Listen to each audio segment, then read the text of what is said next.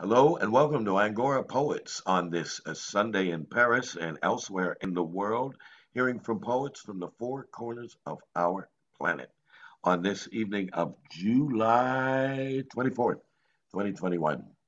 All right, we are Angora Poets, and tonight we're going to start off with eight of us and maybe joined by more later. So I welcome you all to listen on YouTube, and now we will begin live around, let's see, three continents tonight, and we shall begin in California, in Oakland, legendary Oakland, California, with a brother poet and publisher, Yusuf Alawi. Hello, Yusuf. Hi, I'm Yusuf Alawi. I'm in California, but I'm actually on the coast in San Luis Obispo County, right up against the ocean. And the temperature dropped here, actually, in my house, and because we're expecting a rainstorm. In any case, that's my preamble. My public website is Yusuf Alawi, YOUSSEFALAOUI, all one, .info, yusufalawi.info. And I'm going to read brief section from science fiction novella that I've written. With the two main characters are non-gender specific.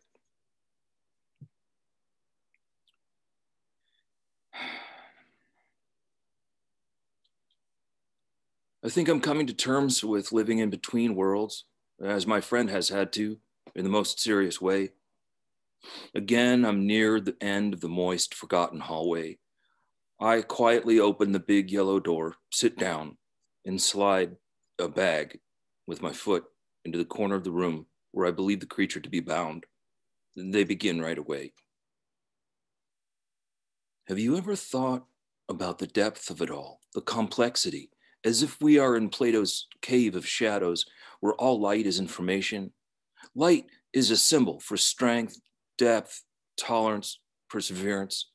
Light wraps us and passes through us constantly. Our shadow is not void of light, but rather light filtered by the body. Light is always touching us. I mean to say that light is information, and information is not necessarily data, but let us imagine that we are composed of data, and that life, our life in this domain that we currently share, is software, an operating system. We're not exactly hardware, but really only condensed kernels of software.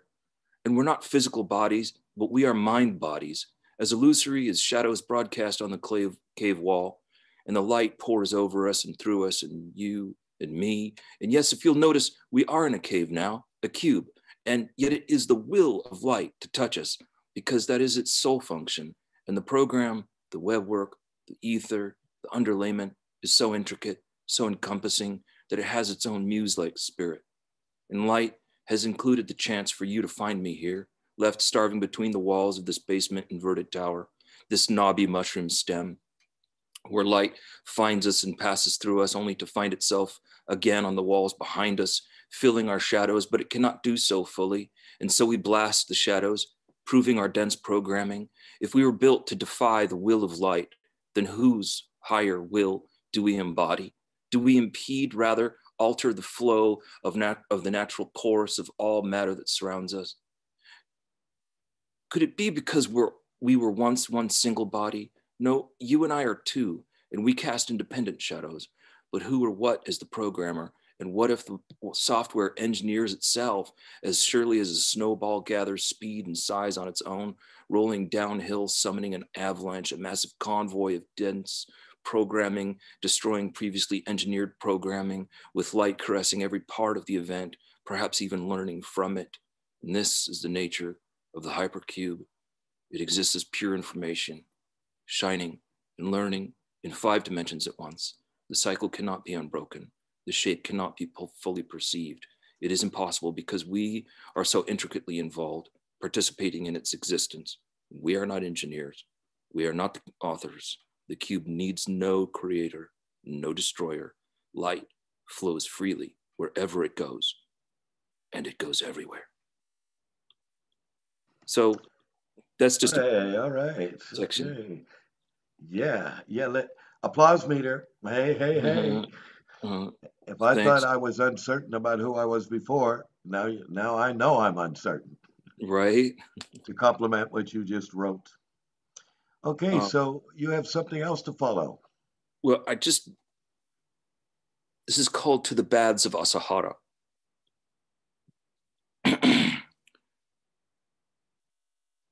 And the main character is Trik Jazuli, which just means it's like a street in Marrakesh.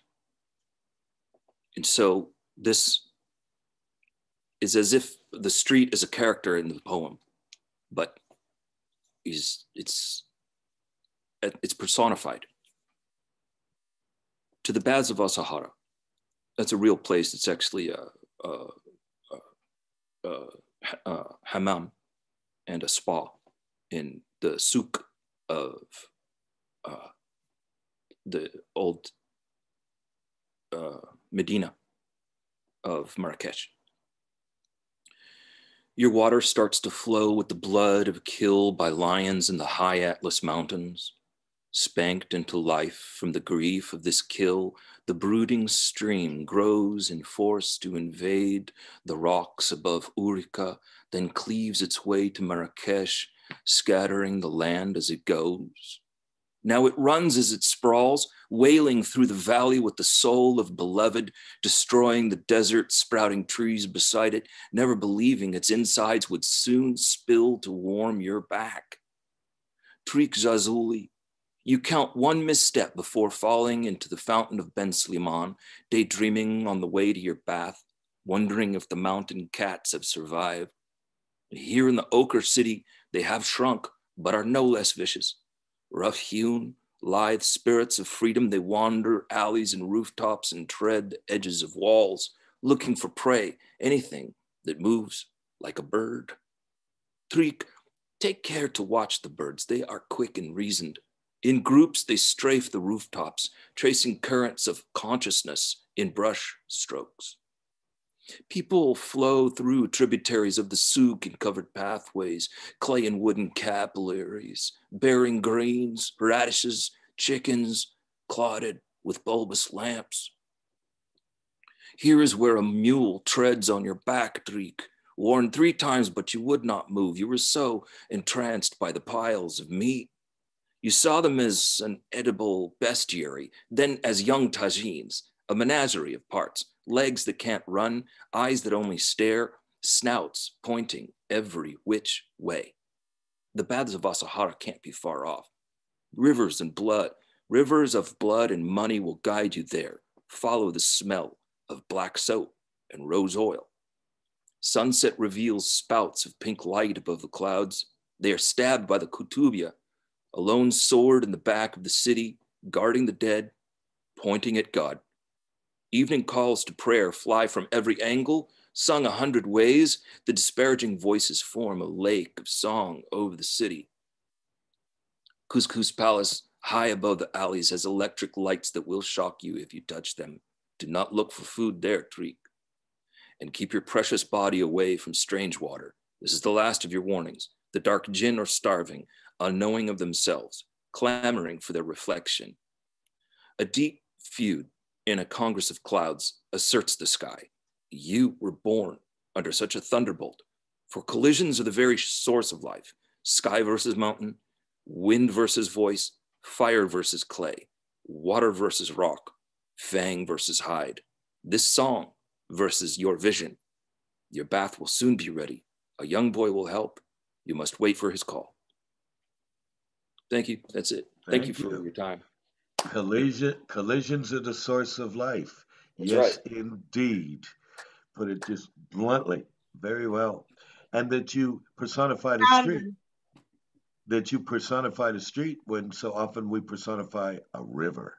So here Right. you go, personifying a street. Very Yes. nice. Thank you. Do you have threes of charm for us, Yusuf? Oh, you're too kind. Really? Yes. You're Like too kind. no, I'm just being equanimous with everybody here. And so Absolutely. would you like to read a third piece of poem? Yeah. I'm looking for a nice little shortish one. It's your call. To Oh, you're too kind. So let me see here.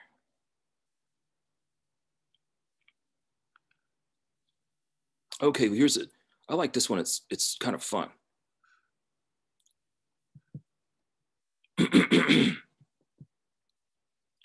Shifting again. We're now in San Francisco and we're driving across the bridge in a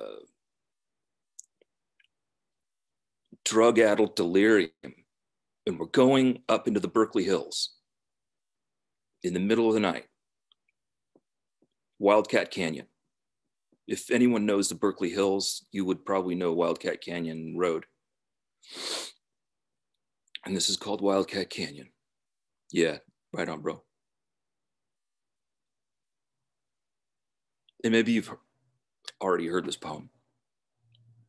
Like a blotted circle in a crusty ashtray, the moon is out and we drive to chase it across the bridge and into the night. Roll down the window, I need to puke. I leave pink racing stripes down the side of your ripped up four-door. These drugs set my teeth on edge, I can hardly feel them. Your radio sucks like always. Can we listen to that old station from the 40s, not top 40? You say the 40s gives you the creeps, all whites. There's no going back there, man. No, I say, but the times, we know better, but we don't know. You say we don't know any better than we did. And when I say we, I do not mean we, but I mean our country, 'tis of them, not thee or me. It's their memory, even in the days of memory. They were remembering other memories, and you speed up the curvy mountain road toward the clouds. Yes, now I just wish it would rain like it did when we were young, when that storm has to come in all night. But I was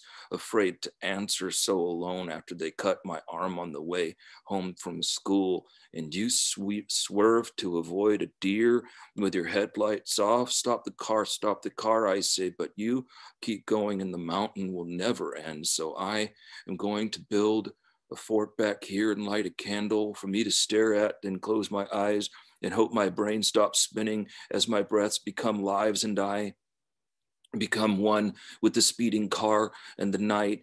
And through me, these breaths pass and you aren't looking for the end of that crazy road wandering up to the sky in the deep of the dark, not at all. And I give up wanting. I think of the lives I am breathing in and out of my fort of coats and dead bags, taking account of the lungs this air has passed through in a day. And I feel a state of grace swell within me, releasing all artificial guilt, so meaningless. And at last, you park the car by tugging the e-brake, cranking the wheel hard left. We slide in a spiral.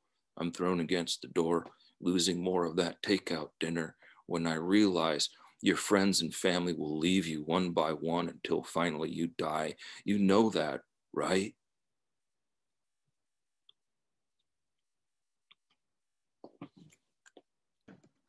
Wow. And I want to say this too. How about Yosef tonight? Three pieces that were on varied topics in varied language. There you go. There you go. That's an accomplishment in itself, besides the quality of the work. So thank you, Been there Yosef. at that last poem place there, Yusuf. There's Physically and mentally. right. Yeah, there's a picnic spot kind of at the top, and he Yeah. just he pulls like I don't know if it's called a Brody or a Rockford, where you just you don't use your floor brake, you use the parking brake Yeah. and crank. Yeah. Okay. Well, thank you. That was a very good way to start us off. And now I'd like to move over to Paris with one of our Angora regulars here that we affectionately call the judge. Leave no doubt he has some opinions, and we like to hear them. And so he is Bill Stagmeyer. Welcome, Bill. Yeah, hi, Emo. I don't want to read anything of my own tonight. I want to read some poems that have meant something to me. I'd like to start with a poem by the Iranian poetess Farouk Farrokhzad. Where did it go? Okay, this is called I Will Greet the Sun Again. I will greet the sun again greet the sun again. Ah, my computer. Sorry. Yeah, I will greet the sun again. I will greet the sun again, greet the stream that once flowed in me, the clouds that were my unfurling thoughts, the aching growth of the grove's poplars, who passed with me through seasons of drought. I will greet the flock of crows who gifted me the grove's night perfume, and my mother who lived in the mirror and was my old age's reflection. Once more I will greet the earth, who in her lust to recreate me swells her flaming belly with green seeds. I will come, I will come, I will. My hair trailing deep soil scents, my eyes intimating the dark's density. I will come with a bouquet picked from shrubs on the other side of the wall. I will come, I will come, I will. The doorway will glow with love, and I will once again greet those in love, greet the girl standing at the threshold's blaze.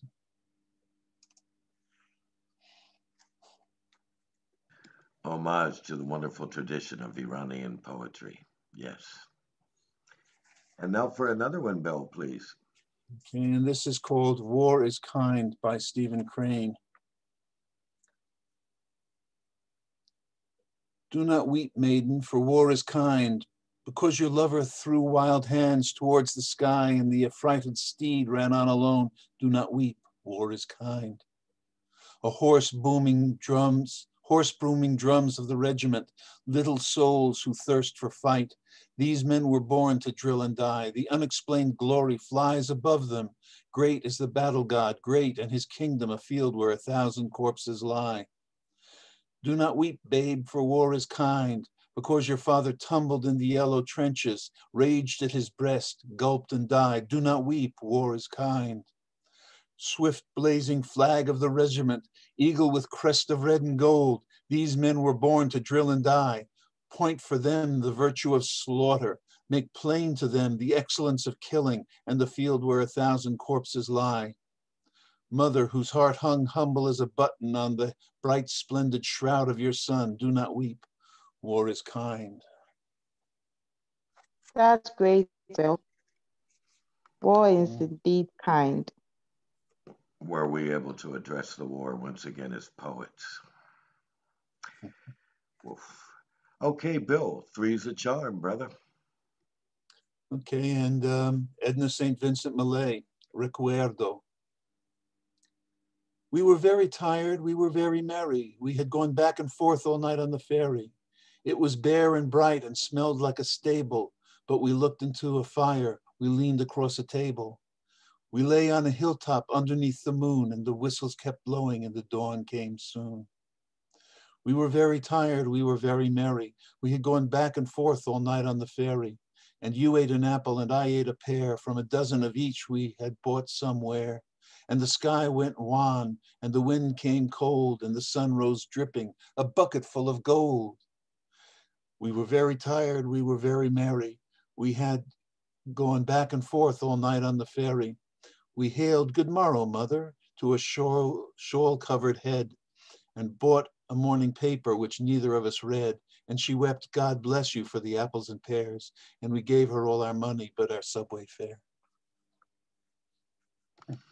Okay. What a delight. Thank you, Bill, for picking three good poems from three very good poets. Very nice for us. You know, what I used to hear in Latin America when I was down there as a journalist, actually, um, speak their name and they live, or say their name and they live. So you have done just that tonight. Thank I you. think especially Stephen Crane is underrated, I believe. Well, in his name, we thank you for reading him tonight. Yes. Okay. So now we're going to go on to poet number three, which was that you, Benedicta? Yes, it is. Okay. Welcome, Benedicta. Is my sound audible? Yes, it is. Okay. Okay, so I start. The first one, it's a haiku. And I read keynotes, annotated antonyms, vehement flips in stacks of the past. That's the first one. Yeah. And as we do customarily with I read it haikus, again. you read it again, please. I take it again. Keynotes, annotated antonyms, vehement flips in stacks of the past. That's the first one. That's excellent. Number two, Benedicta. The second one, playing the cards right, mysteries upon mysteries, mastering courage and effort, thrills of persuasion, besieged quests and journeys, tax to fulfill in willpower, endowed safe havens, tassels with knots to unturn. That's the second one. Yes. And is that a reflection of your current work life in the hospitals down there in Accra and Ghana? Yeah, it is. Because you're on the front line, sister. No, I'm not yet back. I'm still enjoying my leave. I'm yet to get back to work. Okay. Good for you. Good for you. Thanks. Okay. So three's a charm, please.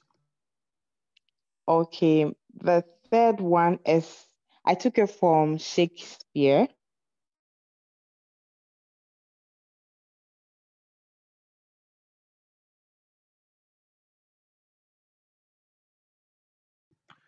We're not hearing you. Do I read? Am I good to go? Now we can hear you, yes. So it's taken from Hamlet, Shakespeare's book, and I read, why, look you now, how unworthy a thing you make of me. You would play upon me. You would seem to know my stops. You would pluck out the heart of my mystery. You would sound me from the lowest note to the top of my compass. And there is much music, excellent voice in this little organ. You cannot, you make it speak. The blood, do you think I am easier to be played on than a pipe? Call me what instrument you will. Though you can fret me, yet you cannot play upon me. That's about it. That's about a lot. All right. And okay, so when do you go back to work, Benedicta? I told you that I was working on my transfer, so I'm yet to finalize that. Then I can go back to work. Are you But that'll enjoying it? probably that'll Okay. probably be in February. By February, I'll be done with everything, so I'll be getting back to work. Okay. Good for you. All right. Well, Thank you. thank you for your contribution, and stay around for the second round. I'm glad your signal is holding up tonight. Same here. Always welcome as well. Okay. Thank you. Okay.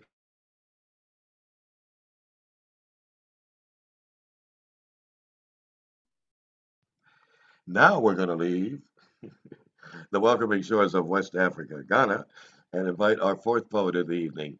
And our fourth poet is Claire. Claire Andriani from Paris. So welcome, Claire. Thank you so much. I'm going to And start with a French poem. certainly. It's called Troubadour, which means a minstrel in English. Okay, a troubadour. Okay, and the troubadour tradition was started in France. Yeah, exactly. It was the poets, the oral tradition of poetry. And can you give us a brief description of what this will be? I suppose it's romantic. Uh, difficult to describe. What the troubadours have within them that motivates them to actually perform. Okay. So, and it's very, very abstract. So it's troubadour. La crise du jour s'ennuie, et prend au vol des mauvais tours qui s'envolent, et danse au milieu des troubadours sanglants et souriants. Ils fument une cigarette et s'ennuient dans la lueur de leur jour. Une crise est née entre leurs plus belles et jeunes années, et l'avenir qui se profile en transe, marquant les réminiscences de leurs plus beaux souvenirs au fer rouge. Les troubadours sont les cris du cœur qui les font crier. Parler aux nouveau-nés de leurs dents blanches aiguisées, ils sourient et bercent l'ennui dans leur peine. La rage les envahit, mais ils restent calmes au milieu du sang brûlant du plus brillant de leur nouveau jour. All right. And I'm glad this troubadour went into a trance, and he must be modern because he smoked a cigarette. He was very modern, yeah. Très bien, merci. And your second contribution, please. Yeah, my second poem is called Young Love, and it's in English. He lulls me with his sweet beard and tells me things untold. He whispers what impression he has of my body, my smile, and I listen gently caressing his cheeks. A wave of desire arises in me, and my hand touches his skin, as warm as burning wood. In his arms I feel home, and he reminds me of an angel forgotten that has slowly fallen and yet entertains a relationship with the skies, smiling at him. Child of God, he floats on the invisible river of human nature, staying young, staying true to his flesh. He sings like a black swan dancing on the river on a sunny day, a black spot shining with strength under the unforgiving sun, pitiless in letting see the contrast between light and between darkness, pretending that only light bears grace, but the grace of his soul echoes his flesh, young and beautiful, untouched, immaculate, like the whiteness of his thoughts. Somebody must be feeling very, very, very, very flattered after that poem. I don't know if that person is going to hear it ever, but certainly if he hears it, he will be flattered. Would you like him to hear it? I don't think so. I think I want to keep it for myself, this one. Okay. All right. Okay. So may we hear? Ooh, intrigue. I like intrigue. Intrigue. Can we have a three's a charm, dear Claire?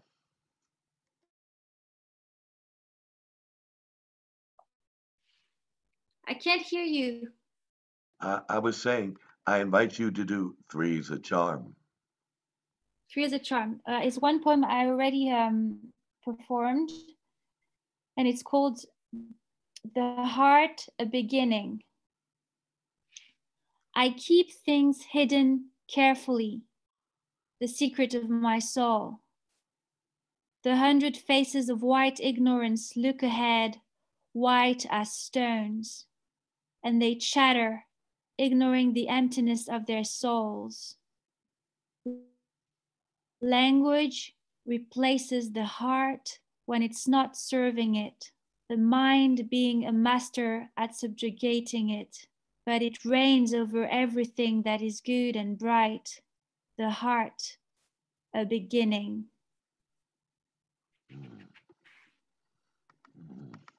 Applause mita.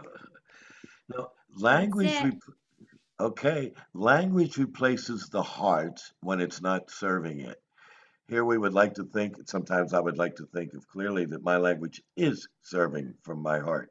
And you differ from that.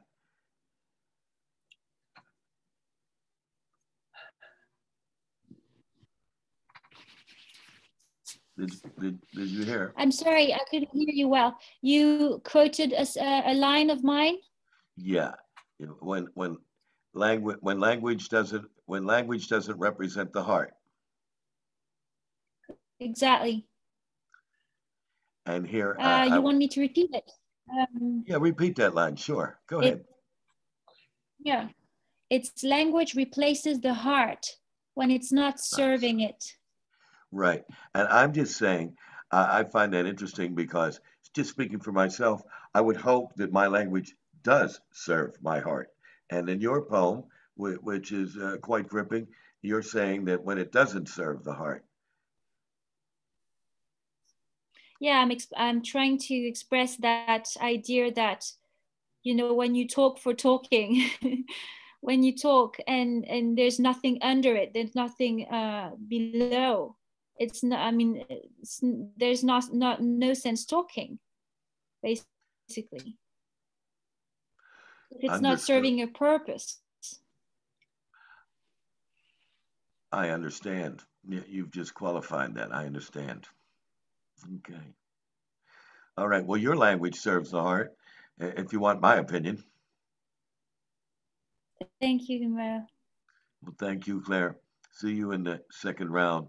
And isn't it wonderful that Claire is a native French speaker because she's a native French person, and she writes in such elegant in both languages such elegantly, and as we've just heard in English. So I want to applaud you for that as well. Thank you. Thank you. Okay, Claire. Um, and now our next poet. Was that going to be Doc Janning? Yes, it is. Hello, Doctor, the poet laureate of South Euclid, Ohio. Yippers. Yippers. Okay, Doctor. Passages in time. Passages in time are ancient pathways, pathways to the heart, and dawn's illumination of love in the someday of hopes and dreams beyond tomorrow's shining clouds, where is found the joy of infinite bliss. Beyond language, beyond the cloud. All right, let's keep stepping beyond, Doctor. All right. Another one, please. Time travel. In the dreams of the multiverse, silent winds fly between stars as moments precede and succeed moments. They carry with them in the vastness of time all the thoughts, hopes, and dreams of all worlds, unknowing of any difference of which is past, present, or future. All are but one, a syzygy of random instants in time's serene swirls, ebb and flow.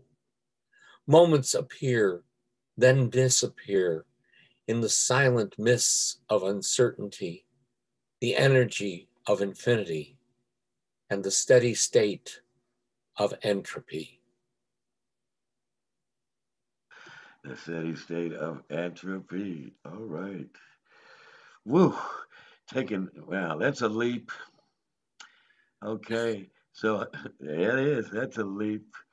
Because we're so used to thinking behind us, present and forward, and you're talking about how it's all relatively an illusion, that we're all just one present moment. Yes.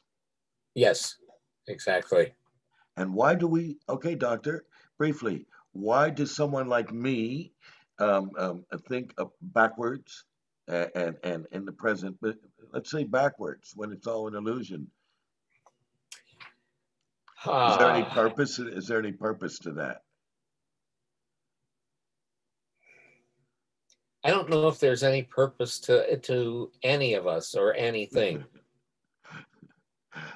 Okay, It's fair it's enough. it's a great existential question. It is. Okay. All right.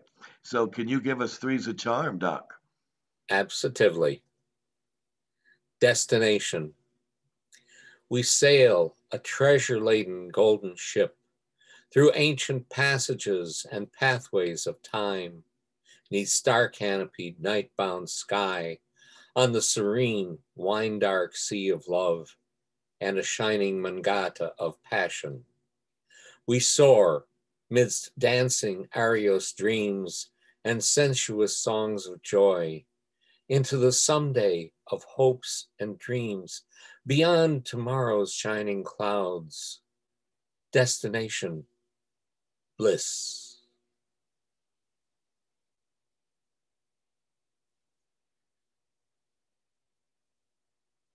That is a desirable voyage, Doctor. Send some my way, please. I Okay. I have a lady in England who absolutely loves that one. Mhm. I can understand why. Yeah, she wants me to come there and take her to that destination. Whoa. Well, what are you going to do, good doctor? Well, trying to live on Social Security alone, I doubt I'll make it. Mm. Oh, it can be done. It can Damn be it. done, Doc. What Well, about after the pandemic is After the wide pandemic, after the there you pandemic? go. What about a GoFundMe, the Doc GoFundMe, to deliver myself to the woman who dreams of what I write about in my dreams? There you go. Maybe that poem alone could generate sufficient money in a GoFundMe. Who knows? Yeah, Who knows? who knows? Okay, Or good for you. Patreon. Good for you, Doc, to inspire somebody that way. It's so nice. It's so very nice. Okay, so we're going to go on now to our next poet, who I believe now we're talking to David Wilson, are we? Yes, we are. Well, yes, we are. Hello, David, and we're back to the Bay Area in California. Greetings from San Francisco. Chairman of the world. Mm, If I were chairman of the world, mice would not vex Disco Stew. Cats would patrol all Midgard and Disco Stew's farmhouse, too. From warrior cat to kitty pet, no solace for the mice that roared. Be they fierce as Reepicheep, be they twerp or low pipsqueak, even Frederick, the poet mouse, from the tip of his nose to the end of his tail. Ha ha! Stuart Little, cut away all paper bags. The film is nothing like the book. You are not chairman of the world, and neither am I. Alas, alack, alark, leave birds out of this. Dapper tweed-dressed mice driving roadsters or fighting battles with flashing swords, of no concern to cats in universes next door. Space-time for springers, Schrodinger. Are you alive or are you dead? I like you, cat. I will call you Kim. Now go and catch those mice. Replied the cat, I will call you Lush. I will call you Sot. No, is kitten, is cat. Name is Kim. And along with Orange Dudley and Tabby Cats Max and Mo, Mama Kitty too, cat goddess dressed her soul, and Queen Silvara, regal and aloof, in the forest of Kim. All send greetings, Disco Stew. Do not be downhearted. Your mice shall soon be thwarted, swatted down. Your home again a sea of tranquility when those mice are gone. Yours in jest, the chairman of the world. whoa. Well, we're just going to have to put you on the ballot, brother. Yeah. Nominated, I will not write. If elected, I will not serve. So this morning I was going through the old poetry shelf and I found this. This was a publication called Hyperion. It was put out in Berkeley in the 70s. And this particular copy, one of the contributors gave this to me very right at the dawn of my, when I was becoming aware of myself as a poet. this definitely influenced me. You see, this issue here was dedicated to the seafarer Ezra Pound. This came out just after his death. And among things in here, I had this lovely examples of, there's a nice example of Ezra's handwriting, which is very, very neat. And here's the other side of it here. So somebody transcribed those, and I'm going to, and here's some nice pictures of the old poet there. Somebody transcribed these. I'm going to read this. Transcription of Pound documents. Damnation to bureaucrats. Damn the betrayers of the national constitution. Hell take the souls of Wilson and of the flea-headed Coolidge. God damn those responsible for copyright evils, passport idiocy, red tape, Article 211 of Penal Code made by guerrillas for the further stultification of imbeciles. God damn all those who take no active part in eliminating these evils. Damn those who invade the private domain of the individual directly or by making of suffocating inequitous laws against all these maledictions and major anathema. Ezra Pound, 7 May 1930. 8 May, Paris. Dear Judge Beals, I'd rather you framed it and hung it up in court, but perhaps it is a bit too lyric. Cordially, E. Pound. Okay. Would he get, just a quick, would he, Yosef, would he be taken down today for that kind of sentiment on Facebook? Probably. They get not nervous only every took time him I post down, a picture. they not only took him down, but they stuck him in the gorilla cage in Italy. Oh yeah. He picked the know, wrong side on the they war. took him down like crazy, of course, man. Well, I was fast forwarding that if he were to present that language today on today's leadership, would he be taken down? It was almost a rhetorical question, really, Oh, I'm sorry. because we were So talking of course, about. though, when Ezra was in the cage and went mad, he also began writing the cantos at that time as well. Well, they had a lot better to say than his propaganda on behalf of Mussolini. I'll tell you Yeah, that. no, that was stupid. He was definitely a cranky guy, you know. So you have another one for us. Yeah, so I was thumbing through this, and there's some really amazing poems in here. So, and last week I read the piece, the North Beach piece. So here's a North Beach poem I found in here. This is by a poet named A.D. Winans, Winans, who I'm not familiar with their work. Winans, yes. Winans, you know that person? Yes. Okay. And there's a lot of name dropping in this poem. So Totally, sure. For Bob Kaufman. Room full of poets, writers, philosophers, drinking the hours away at Speck's Bar here in North Beach this cold weekend night. Vicky and the great felony artist waiting for Fairfax Alex and the midnight party. Patchen's old lady and books translated into 100 different tongues. A table full of beatniks, memories, Old Testament prophets. Michelin, and yes, you, Bob Kaufman, come out of the evening shadows, out from beneath your safe withdrawal that makes you walk these streets no longer filled with wonder. Sitting at that table reciting Yeats and illicit, Michelin calls you a titleist. But more than one poet's ego is like the resurrection here at Speck's with the table running over like the Last Supper, but there is no rooster to crow his betrayal, Black Jesus of the 50s. Sitting here blinking yesterday's nightmares, A tear came to my eye, drinking tonic water in place of rye, calculated madness in the air, no place to dance rainbows buried in the alley, the old gods mixed in with the new.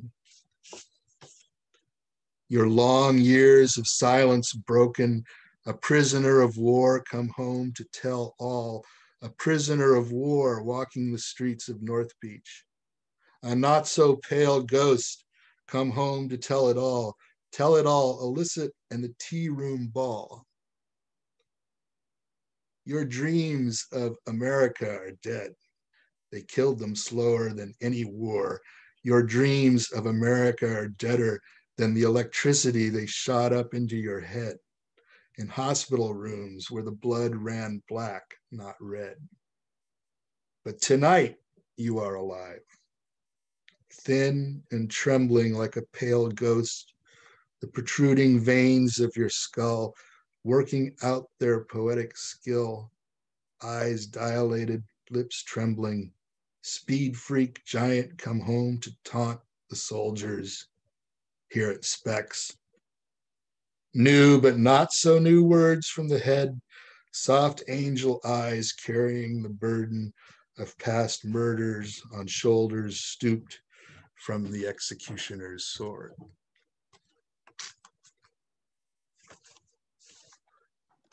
That is an accurate testimonial to what went on in Specs. Yeah. I got flash published in San Francisco by Chava Polone with the support of Jack Hirschman, and they had me read it Specs, and Yeah. I had visited the place before because that became the poet's haunt, not Vesuvio's, which Yep. Vesuvio's, legendary for when Kerouac and company were at Vesuvio's. But to me, as an Easterner looking at Vesuvio's, it was all just jocks, and majorettes, and they were just pumping down brewskis with all the famous people on the walls. Well, to be fair, though, Vesuvio still has cachet and people hang out there. And also, I mean, there were many Saturday nights where poets and others had to brave crossing Columbus Avenue between Specs and Vesuvio's. Maybe that so. That could be perilous. Maybe so. When I was there, everybody was like, we're going to Specs. You want to meet some more people? You go to Specs. No, that's definitely Specs is you go to Caffe Trieste really by on. day No and early evening. And then if you've had enough wine, and in that case, enough speed and other drugs, given that crowd, that was right in the poem about that. And then you go to Specs. And that's where the seniors among us were like holding court. And you sat around and they went one after another, and it was quite memorable for me. So the most recent time I was in there was North Beach Festival, I guess in 19. So it was right before the pandemic, and there were a group of quite destitute poets, and they had a little signboard out said the Penniless Poet Society, and anybody who wanted to buy them a drink, they were happy to accept it. Right. Specs. All right. Yes. And sorry if I misrepresented Vesuvio's. However, when I was there, no, Vesuvio's is cool, but it definitely has more of a touristy kind of thing. Yeah. Okay. Good enough. Correct me. I was a visitor. Okay. All right. Well, thank you. Was that your third? Is it three? Is it that was three pretty long ones. So let's move on to the I next got lost in the wonder, brother. I got lost in the wonder. Okay. Thank you very much, David, for holding up North Beach. Yes. And now we're going to move over to New York. Hey, hey, hey. And we're gonna call on Martin. Hello, Martin. Hi. Martin Rosick. How are you tonight? Pretty good. Pretty good. It's still afternoon out here, but I thought I would do some a little bit more personal ones. Last time I did the translations of Karel Havlicek Borovsky, and I don't know how much people enjoyed those, so let's try something else. So, the first one is called Window Seat, and this is basically an account of something that happened to me when I was on an airplane, and started thinking about some of the people in my family that I had heard about and never met. So the people mentioned here are actual people, but it doesn't really matter. Window seat. Abruptly, tears upsurge. I turn away to look below as clouds billow like snow, and thoughts of those I'll never know. They are but stories from the past. They lived and loved and then were gassed. When vibrant Victor shouted Yucatan, reveling in the wild exotic sound, he didn't care if strangers frowned. What games and jokes, outrageous puns, might he have taught his daughter's sons? And what remains of Hugo? Wisps of tales, the legion crossing Siberia by train, the rice, the boat back home again, the stories he might have told had he but lived till he grew old. I'll never know the sound of Frida's voice, or hear her tell of Murris and his friend, how loyalty triumphs in the end. Would she, too weak to leave her bed, have graved those lines into my head? Aunt Helga smiles in sepia, arm around her brother's neck, hair neatly bobbed. She may be 7. Stay, fair moment, stay. Might she have married, borne a brood of laughing cousins, loud and rude? I stare outside. Their absence is a presence, a hole as cold as a hand grasping air, falling through the clouds, tearing my hair. These are but stories from the past of those who lived and then were gassed.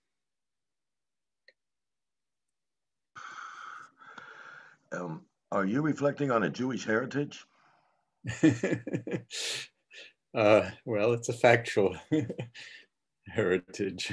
Yes, I thought so. Well, okay. How do you feel about that, recalling such a vivid past like that, to put it lightly, vivid past? Um, I mean, do the poems help you come to a sense of some kind of, sense of closure, or what do those poems do with the memory of that kind of past? I mean, I guess it's a way of trying to make these people live. Okay. Say their name and they live. Yeah. Yes. Okay. That was one memorable poem. May we hear another, please, Martin? Sure. The second one, it was supposed to be called Daddy, but that name has been taken. And so I'm using the Czech translation of it, Tato. And it's also autobiographical. Long Yes, before because, Apollo. yes, Sorry? because you're originally Czech, are you not? Right, I was born in Prague, yeah. Okay, thank you. Long before Apollo flew, I asked you what's behind the moon. You smiled and said that no one knew. I gasped, not even you? In '68, the tanks rolled through the ancient town where I'd been born. I cried, stop them. What could you do? Nothing, not even you. At 20, isobutane blew away half my, At 20, isobutane blew half my skin away. No one could hug me until it regrew. No one, not even you. As years like unpaid debts accrue, your love's been always freely mine, but time's accounts you can't renew. Not now, not even you. Yes, yes, yes. Okay. Mhm. Another heartfelt. Okay, would you give us, as we call it, Three's a Charm? The third one, I decided to go with a translation because I do like translations. This is a Czech poet named Jiří Volker. He died. He died before he was 24. Before he was 25, just when he was 24. And this is a poem. It's called Mirogoj, which is a famous cemetery in Zagreb. And it's his reflection on visiting this cemetery in 1922, so fairly soon after World War I. It's from a collection called The Grave Hour. I don't know, do you want me to read it in Czech first or not? I would ask you to read it in English first and follow it in Czech. Okay. So Mirogoj, The Grave Hour. In Zagreb's cemetery, Mirogoj, my eyes lost sight of the sweet southern land. In Zagreb's cemetery, in my eye, only thousands of wooden crosses stand. Crosses all the same, their sameness the same as the deaths the soldiers killed in battle die.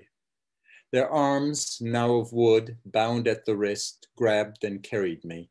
I could not resist and marched through the world with those underground ranks, into graves drenched in lime, each under a wilted name, where only the bodies of the fallen remain. Deeper, ever deeper I sank, and each of the dead pressed against me, beseeching, grieving, and each of the dead cried, "Tell me, you, the still living, tell me, why have I died?" Roots through blossoms can grasp the light. The dead through the living will learn why. For king, for country, for all things one can fight, but not for everything should one die. Oh, you French and Russian, Czech and German dead, into my palm you place a bequest of graves and blood. I pray over it, may it become wine and bread, revive in my fists, blossom forth, and your question, as grave and glorious as a bell, I hang in my chest as high as I can lift. By God's command, alive with the living, I will live your living question. Oh, you dead from all the fronts of the earth. Wow, wow, wow, wow. That could be written yesterday, given the ongoing slaughter of man upon man. Sure. Well, again, if only the world would listen to poets, past and present. Yes. Wow. Well, thank you. Do you find it? One quick question: do you find it difficult to translate from Czech into English, and therefore, keep the kernel and the intent of the Czech poem? Well, I find it. I mean, I've been doing it quite a bit. I've translated, I don't know, probably 40, more than close to 50 different pieces. I find it challenging, but worthwhile and interesting. Mm-hmm. Okay. So would you like to hear the Czech original or? Yes. Yeah. So it's called Mirogoj, těžká hodina.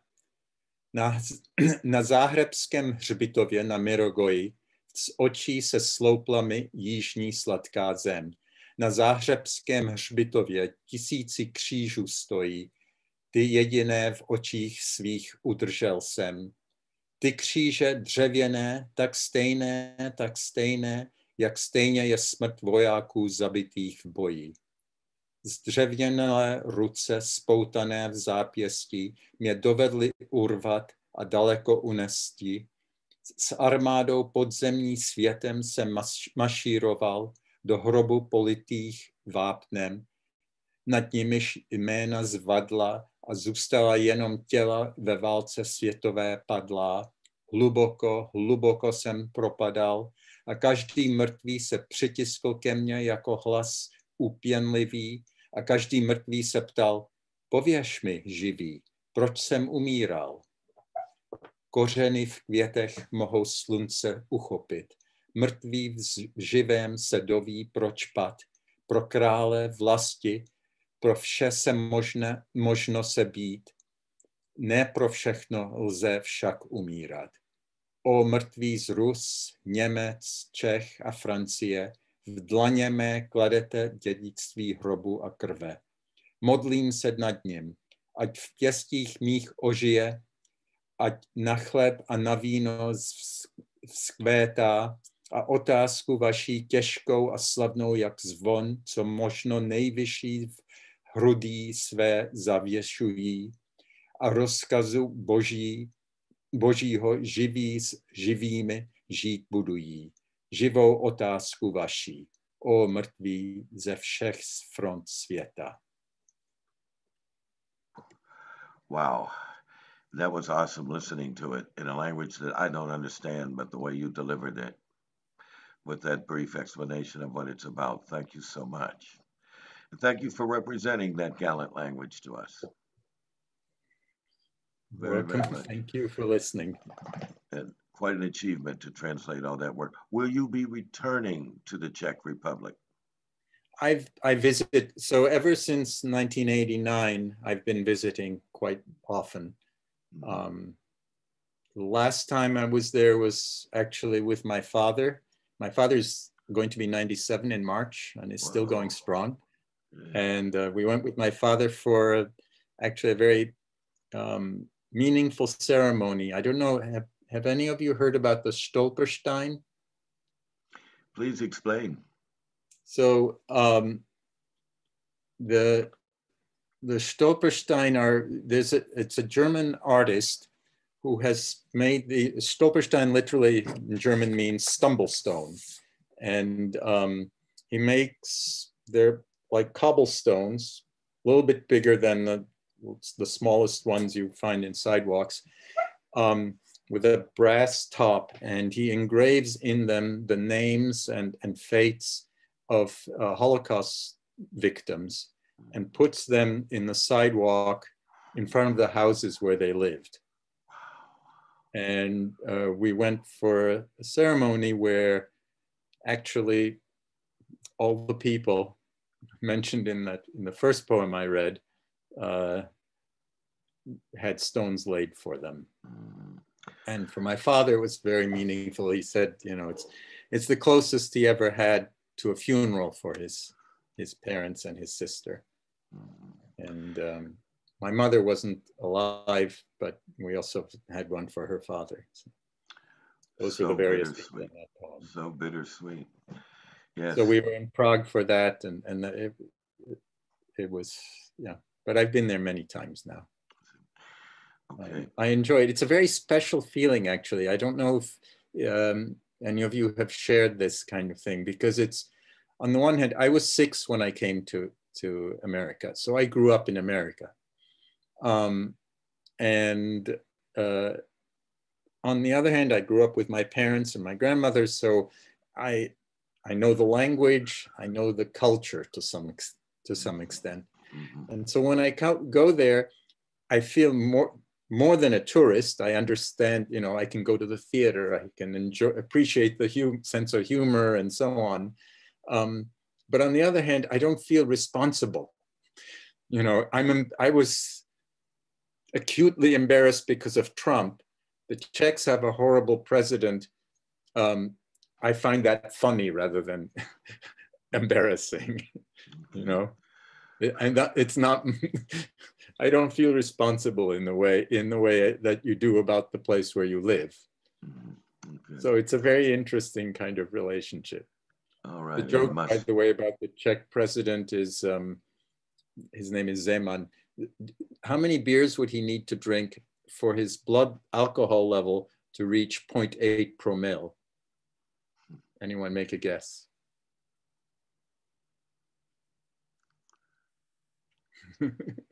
None for 2 weeks. Okay.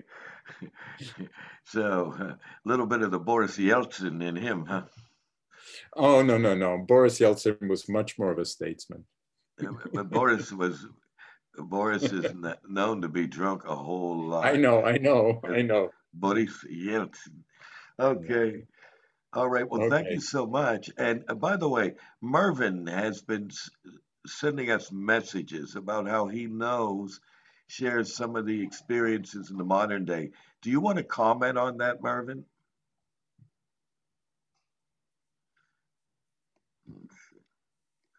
Because he was saying, it says for Mervyn, I have spent time in Czech and Slovakia. Right. Okay. Oh, yeah. Probably about 15 years ago. I was there with the military, but I was writing music lyrics for some of the bands. There was a couple of people I met, some translators that had some bands, and I was writing music lyrics for them, and some that they converted and translated to Slovak. Some they kept in English, but it was the time that before Slovakia became part of the EU. Nice. But during that time, I was back and forth between Prague and Bratislava quite often. So hearing the language, hearing you speak it, those memories came back to me. But I couldn't recall it like when I was there. Then I was picking up on the language, bits and pieces, quite a bit. Nice. Actually, you may be able to help me. So among my translation projects are several songwriters, and I'm desperately looking for anyone who would be interested in, recording their music in English. I think it's, so there are two different ones. One is a singer, songwriter, poet who's dead now, who was sort of, you might compare to Bob Dylan, except he had the voice of, let's say, Joan Baez, if you know what I mean, has really very vivid and interesting lyrics, protest songwriter. And the other one is from the 30s, jazz cabaret songs, which were sort of central in Czechoslovak culture for many, many years. Because I remember going to, I was taken to an underground, it was a bomb shelter type place. It was like really upscale, and they were playing Latin jazz there. Huh. So that kind of environment, it was an amazing atmosphere. Well, I would like to go to Prague just to see the bridges. I've seen a pictorial book of the bridges. It looks so right romantic. now is a good time because they're not full of tourists. Yeah, but I know why. Because one of our other Czech poets who's lived both in the Republic and the States is back in the Czech Republic taking care of her mother. Okay, yeah. And that's Bunny. And she said that the population was basically carefree about the protective measures of COVID. And we're just basically ignoring safe distance and masks. Well, that wasn't true in the beginning. The Czech Republic did extremely well in the first wave. The people took it very seriously. There was a very serious lockdown, and it worked very well. But then they got careless, and now they're doing extremely badly. Now they're doing very badly. Okay. All right. Okay. Well, now, you and Mervyn ought to share some stuff in the future here about what your common experiences are. It's nice to see that people can relate to those things, to each other's voyages. Very, very nice. And thank you. Okay, I'm the last one up, so I've got 3 poems to read, and I'll begin. And the first poem is called Numbers Game. One curious look, 2 eyes in orbit, 3 crooked teeth, 4 sutured scars, 5 fold brow, 6 sins repeated, 7 leagues deep, 8 days late, 9 times dead, 1,000 laughs, 11 loves gone, 12 o'clock struck, 13 state of mind, 14 light years, 15 unpaid, 16 miles uphill, 17 suns rise, 18 kilos of coffee, 19 stars over Paris, 20 times overdue, 21 gray hairs, 22 stained glass windows, 23 broken promises, 24 lies, 25 deities, 26 million starving, 27 bending rules, 28 penny whistles, 29 fallen idols 30 years ago, 31 primordial screams,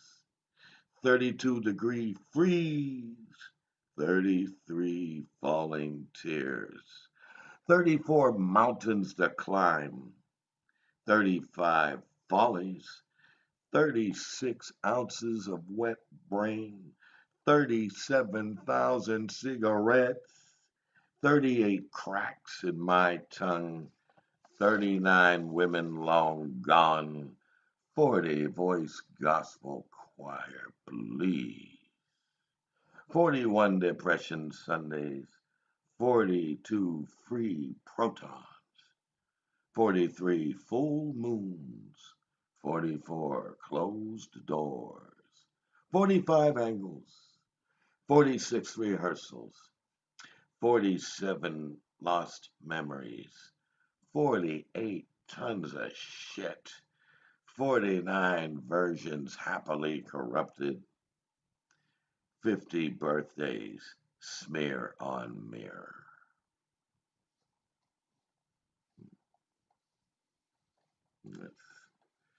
That's that one. Thank you. Now, uh, whoop, my dog keeps banging into me through this evening. They're a pretty weighty dog. Okay, here's a poem called You Poet. You, poet, set lines afire, spit vows a bursting, hot flash, as ideas are food for thought. I could eat your words, drink from your well of inspiration, see through the lens of your clear vision, suck the salt of your aftertaste, lick the letters from your luscious lips, and wade in the waters of your dark, wet tongue. You, poet, I trace your pen dripped pages, ink streams bound for the sea of dreams, till the end of verse time, and time to ask you all again. Start, start. You, poet, for you I would throw away my books, my pen, my paper plans, lay my tomes in stepping stones, and cross you over to the other side. You, poet, let's go out over the rapids, over the falls, swim to the far horizon, so far gone ourselves beyond the shadow of simile, beyond the last metaphor, where essence of it all rings in the buzz of stars. We hum. Okay, thank you for that. Now I'm going to read you a poem. Oh, I can't reduce the screen. This is I was going to read you a poem by Pablo Neruda, and it's telling me as host I can't reduce the screen. Isn't that a shame? A very big shame. It's a beautiful poem. Well, here's one that comes up. It's just simply called. It just had come out of the pile, and it's called "The Closest I Come." One finger plucks your little pink nipple, another strums your quivering clit. The lone one pressed to your shapely V, my breath, my breath comes to a full stop. The closest I come to playing the cello. Sleeping with you awakens me the way I go to lose my consciousness. Hum in four-part lips when last night I composed and got the archangel healer. Mercury asks, how are you? And I don't know how to answer. Hum, autumnal equinox, equally divided, equally united. This is the paradox. We swim within. You pass the day through my night. I play and pray for harmony, so near, nearly complete, the closest I come to you. Thank you. Um, and I'll come up with Pablo Neruda next week. But okay, so we've had one good full round here. And Mervin had to leave because he says he has to get up early. But let's take a few minutes pause here and sort of chat and check in with one another and come back in a few minutes with the second round, where customarily we invite you all to read two poems, or in this case, two pieces. So there we have it. So let's just take a break. I have to take off too, Mo. I get up early too. Why do you have to I got to work? cruise as well. Hate to be a party pooper. Okay. Yeah. Can I just tell you one little trivia fact? Sure, Martin, please. Pablo Neruda's name is his pen name, and Neruda is actually the name of a Czech poet. Whoa. Now, I knew it was a pen name, but I never knew Neruda was. Did he I consciously? actually translated one of Neruda's poems. And did Pablo, okay, did Pablo consciously identify with that Czech poet? He did. Yeah, he named himself after Czech poet. And so are we? I don't know why. Well, I just want to guess that he would have put his name after this poet because he thought highly of that poet, or was it just sure, the but phonetic I don't know sound in how the he air, knew about Neruda? Now, I don't know. Good night, everybody. See you later, Bye, Yusuf. Bill. See everyone. Say bye. See you later, Bill. See you, Bye. Bill. Okay. So, whoop. Okay. So yeah, I was just thinking maybe he held that poet Neruda in high regard. Oh, definitely, but I don't know exactly how he came to him and what aspects, or Okay. All right. don't know about that. Okay, cool. So, how we feeling after that first round? That was a pretty thorough. That was Angora poets, y'all. That's how we do it.